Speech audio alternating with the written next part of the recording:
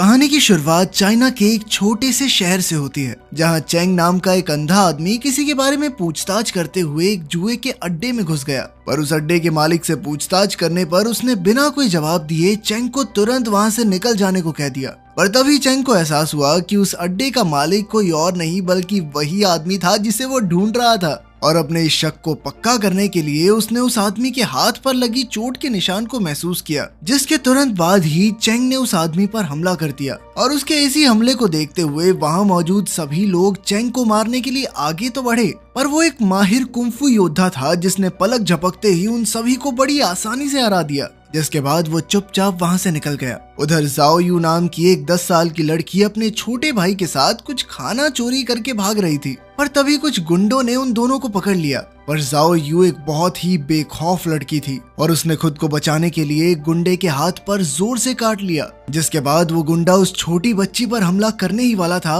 तभी चेंग ने अंधा होने के बावजूद भी एकदम सटीक निशाना लगाते हुए उस गुंडे के सर पर एक ईंट फेंक के मारी, जिससे वो गुंडा वहीं लेट गया। चेंग को वहां देखकर सभी गुंडे डर के मारे वहां से भाग गए, जिससे खुश होकर जाओ यू ने चेंग को एक सेब देने की कोशिश की, पर चेंग ने इसके लिए साफ इनकार कर दिया। उसी शाम जब जाओ यू कुछ खाना चोरी करने के लिए घर में घुसी तो उस घर में मौजूद एक औरत ने उसे देख लिया, जिससे बचने की कोशिश में जाओ यू ने एक लकड़ी की मदद से उस औरत को डराने की कोशिश की। पर असल में वो औरत एक अच्छी इंसान थी, इसीलिए उसने जाओ यू को डांटने की बजाय और खाना दे दिया। पर तभी अचानक कुछ गुंडों ने उस घर पर हमला कर दिया। इन गुंडों के मालिक का नाम था जियो लैंग, जिसने कुछ ही दिन पहले अपनी बीवी का कत्ल किया था, जो कोई और नहीं बल्कि उस औरत की सगी बहन थी। और इसीलिए आज जियो लैंग सभी सबूत मिटाने के लिए उस घर में मौजूद सभी लोगों को जान से मारने वाला था। और थोड़ी ही देर में उसके आदमियों ने एक एक करके घर के सभी सदस्यों को मारना शुरू कर दिया। सबको खत्म करने के बाद जियो लैंग उस औरत की तरफ बढ़ा और उसके सामने शादी का प्रस्ताव रखा, लेकिन वो लड़की इसके लिए बिल्कुल नहीं मानी। मौका देखकर उसने जियो लैंग पर हमला करने की कोशिश भी की, लेकिन इस बात से गुस्सा होकर जियो लैंग ने उस औरत को जान से मार दिया। उधर जाओ यू कोने में छुपकर ये सब देख रही थी और मौका मिलते ही वो उस घर से भाग गई। पर तब तक नाओ नाम के गुंडे की नजर उसके ऊपर पड़ गई और उसने उसका पीछा करना शुरू कर दिया। रास्ते में नाओ की नजर चेंग पर पड़ी, जो उस वक्त नशे की हालत में जगह जगह उल्टियां करता फिर रहा था, लेकिन नाओ ने उसे एक अंधा शराबी समझकर जाने दिया। थोड़ी देर बाद जब चेंग अपने घर पहुंचा तो उसे एहसास हुआ कि जाओ यू उसके ही घर में छुपी हुई थी और उसी वक्त उसे गुंडों के घर में घुसने की आवाज भी सुनाई थी। चेंग तुरंत ही पूरे हालात समझ चुका था, जिसके बाद उसने शाओ यू की छुपने में मदद भी की। और शाओ यू को पूरे घर में ढूंढने के बाद जब वो गुंडे चेंग के घर से बाहर निकले तो उनकी नजर एक और छोटे बच्चे पर पड़ी, जो कि कोई और नहीं बल्कि शाओ यू का छोटा भाई था। और उसने बिल्कुल शाओ यू जैसे जूते ही पहने हुए थे, जिस वजह से उन गुंडों को लगा कि यही वो बच्चा है। और तभी अचानक जियो लैंग ने उस बच्चे पर हमला कर दिया। उस बच्चे ने अपनी बहन से मदद मांगने के लिए कई बार सीटी बजाई, पर जब तक शाओ यू वहां पहुंची तब तक बहुत देर हो चुकी थी। अगली सुबह शाओ यू सीधा चेंग के घर पर पहुंच गई और अब वो चाहती थी कि चेंग उसके भाई की हत्या का बदला ले, पर चेंग का कहना था कि वो सिर्फ बड़े बड़े अपराधियों को ही मारता है। उसी शाम जब चेंग अपने घर पहुंचा तो उसने देखा कि शाओ यू पहले से ही उसका इंतजार कर रही थी और उसके हाथ में एक वांटेड का पोस्टर भी था, जिसे उसने खुद बनाया था। और अब वो चाहती थी कि चेंग जियो लैंग को मारने में उसकी मदद करे, पर चेंग ने इसके लिए इनकार करते हुए उसे घर से बाहर फेंक दिया। अगली सुबह चेंग अपने काम से शहर से बाहर चला गया और अब उसके निशाने पर एक मछुआरा था जो कई लोगों को मार चुका था। पर रास्ते में अचानक से उसके घोड़े ने अपना नियंत्रण खो दिया, जिसके चलते वो सीधा खाई में पलट गया। पर किस्मत से चेंग ने एक पत्थर को पकड़कर खुद को बचाया, पर तभी उसे एहसास हुआ कि किसी ने उसकी टांग पकड़ी हुई थी और ये कोई और नहीं बल्कि शाओ यू ही थी, जो पूरे रास्ते उसके साथ छुप छुप कर चल रही थी। शाओ यू पर गुस्सा आने के बावजूद भी चेंग ने उसे ऊपर खींच लिया, जिसके बाद वो जानता था कि अब उसे शाओ यू को भी अपने साथ ही ले जाना पड़ेगा। कई दिनों तक लगातार चलने के बाद वो दोनों अपनी मंजिल पर पहुंच ही गए, जिसके बाद वो मेहमान का रूप लेकर उस मछुआरे से मिलने के लिए पहुंचे। वो मछुआरा चेंग की असलियत पहले से ही जानता था, पर फिर भी उसने बिना कुछ बोले चेंग की खातिरदारी करना शुरू कर दिया। पर तभी पास में ही खेल रही शाओयू की नजर पानी में तैर रही एक लाश पर पड़ी, जिसे देखते ही उसने चिल्लाना शुरू कर दिया। उसकी इसी हरकत के बाद चेंग और उस मछुआरे के बीच लड़ाई शुरू हो गई। उस मछुआरे के आदमियों ने भी चेंग पर हमला करने की कोशिश की, पर चेंग उन सभी के लिए अकेला ही काफी था और इधर वो मछुआरा भी बुरी तरह से जख्मी हो चुका था। पर जैसे ही चेंग उसे खत्म करने के लिए आगे बढ़ा तो उसने चेंग को अपना कैप्टन कहकर बुलाया, जिस पर उसने बताया कि वो एक लड़ाई में चेंग की ही टीम में था, पर अपनी पूरी जिंदगी देश के नाम करने के बावजूद भी उसे बदले में कुछ नहीं मिला, जिस वजह से उसे जुर्म का रास्ता अपनाना पड़ा। इसके बाद उस मछुआरे ने चेंग से अपनी जिंदगी की भीख मांगना शुरू कर दिया, पर चेंग ने उस पर रहम ना करते हुए उसे खत्म कर दिया। उसी शाम जब वो दोनों वापस जाने की तैयारी कर रहे थे, तभी शाओयू ने एक बार फिर से चेंग से पूछा कि क्या तुम मेरे भाई की मौत का बदला लेने में मेरी मदद करोगे, पर चेंग ने उसे मना करते हुए वहीं पर अकेला छोड़ दिया। कुछ महीनों बाद जब चेंग आराम से अपने घर में बैठा था, तभी उसे घर में किसी के होने का एहसास हुआ और जब उसने अपने बिस्तर के नीचे हाथ डाला तो वो तुरंत ही समझ गया कि ये कोई और नहीं बल्कि शाओयू ही है, लेकिन वो काफी गंभीर रूप से जख्मी थी। जिसके बाद चेंग ने उसका ख्याल रखना शुरू कर दिया और कई दिनों बाद जब शाओयू को होश आया तो उसने बताया कि उसने जाते वक्त सारा रास्ता याद कर लिया था और वो उसी रास्ते से पैदल चलकर वापस आई है, जिस वजह से उसे इतनी सारी चोटें लगी। शाओयू कहने लगी कि अगर तुम मेरी मदद नहीं करना चाहते तो कम से कम मुझे कुंफू ही सिखा दो ताकि मैं खुद अपने भाई की मौत का बदला ले सकूं। जिस पर चेंग ने थोड़ी देर सोचने के बाद उसे स्टोर रूम में रहने की इजाजत दे दी,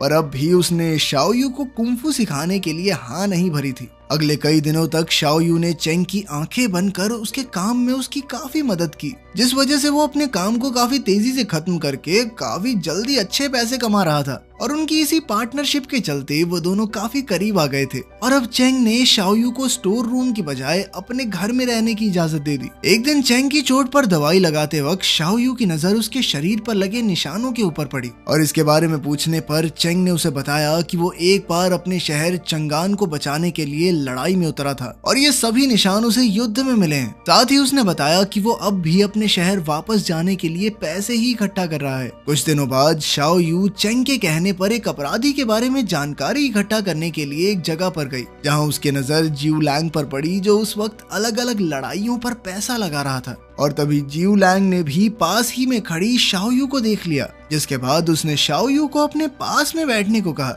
उस वक्त शाओयू के दिमाग में सिर्फ अपने भाई की हत्या का वो भयानक दृश्य चल रहा था और वो उसी वक्त अपना बदला पूरा करना चाहती थी, पर इसके साथ ही उसे जिऊ लैंग से डर भी लग रहा था और इसीलिए वो चुपचाप वहां बैठी रही। वापस घर पहुंचने पर चेंग ने उसे बताया कि उसने शाओयू के लिए काफी अमीर परिवार ढूंढ लिया है जो उसे अपने साथ रखने के लिए तैयार था। यहाँ तक कि वो औरत दरवाजे पर शाओयू का इंतजार तक कर रही थी। पर जैसे ही चेंग ने उसे गाड़ी में बैठाया तो शाओयू तुरंत ही ये कहते हुए उतर गई कि उसने अभी अभी अपने भाई के हत्यारे को देखा है और उसकी इस बात में एक अजीब सा दर्द था, जिसे महसूस करते ही चेंग ने शाओयू को कुंफू सिखाने का फैसला किया। और अगली सुबह से ही चेंग ने शाओयू को कुंफू की अलग अलग टेक्निक सिखाना शुरू कर दिया और अपनी मेहनत और लगन से शाओयू बहुत ही जल्द इन चीजों को सीख भी रही थी। इसके बाद एक दिन जब शाओयू घर पर अकेली सो रही थी तो नाओ एक बूढ़े आदमी के साथ उनके घर में घुस आया। असल में नाओ को जिऊ लैंग के वांटेड पोस्टर के बारे में पता चल गया था, जिन्हें शाओयू ने अपने हाथों से कई जगह पर लगाया था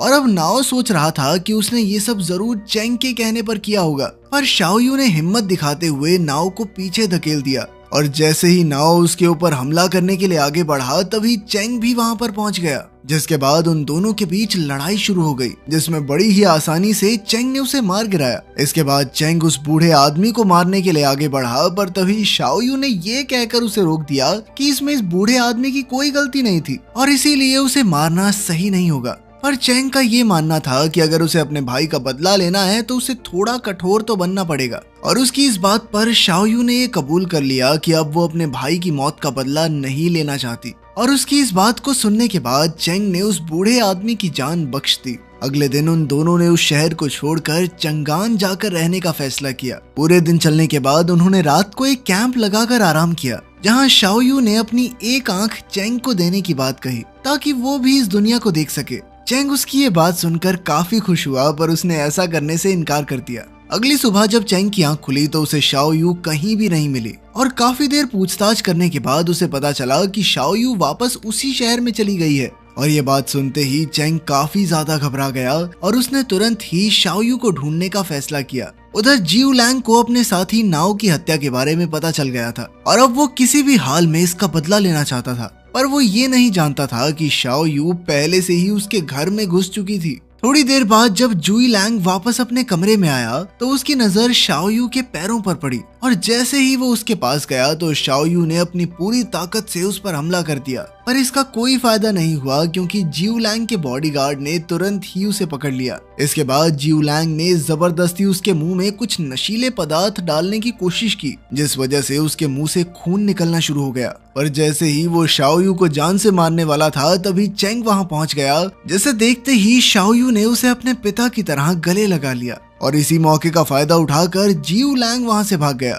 उधर कई सारे गुंडे बाहर चेंग का बेसब्री से इंतजार कर रहे थे और उसके बाहर आते ही सबने उसके ऊपर हमला कर दिया। चेंग अपनी पूरी ताकत से लड़ रहा था पर फिर भी गुंडे बढ़ते ही जा रहे थे और ऐसे माहौल को देखकर शाओयू बेहोश हो गई, जिसके बाद चेंग ने उसे अपनी पीठ पर बांधकर गुंडों का सामना किया। थोड़ी देर बाद चेंग ने सभी गुंडों को हरा तो दिया, पर तब तक वो खुद भी बुरी तरह जख्मी हो गया था और इसके बावजूद भी वो जिऊ लैंग से लड़ने के लिए आगे बढ़ा। जिऊ लैंग खुद भी एक बहुत अच्छा फाइटर था और इसीलिए उसे हराना चेंग के लिए कोई आसान काम नहीं था और अपनी चोटों की वजह से चेंग काफी ज्यादा कमजोर हो चुका था। पर जैसे ही जिऊ लैंग उसे खत्म करने के लिए आगे बढ़ा तो शाओयू ने उसे पैर से पकड़ लिया और इसी मौके का फायदा उठाकर चेंग एक बार फिर से खड़ा हो गया और इस बार अपनी पूरी ताकत का इस्तेमाल करके उसने आखिरकार जिऊ लैंग को मार ही दिया। इधर शाओयू फिर से बेहोश हो गई थी, इसलिए चेंग उसे अपने हाथों में लेकर वहां से बाहर आया, जहां उसने शाओयू को बताया कि आखिरकार उसने शाओयू के भाई का बदला ले ही लिया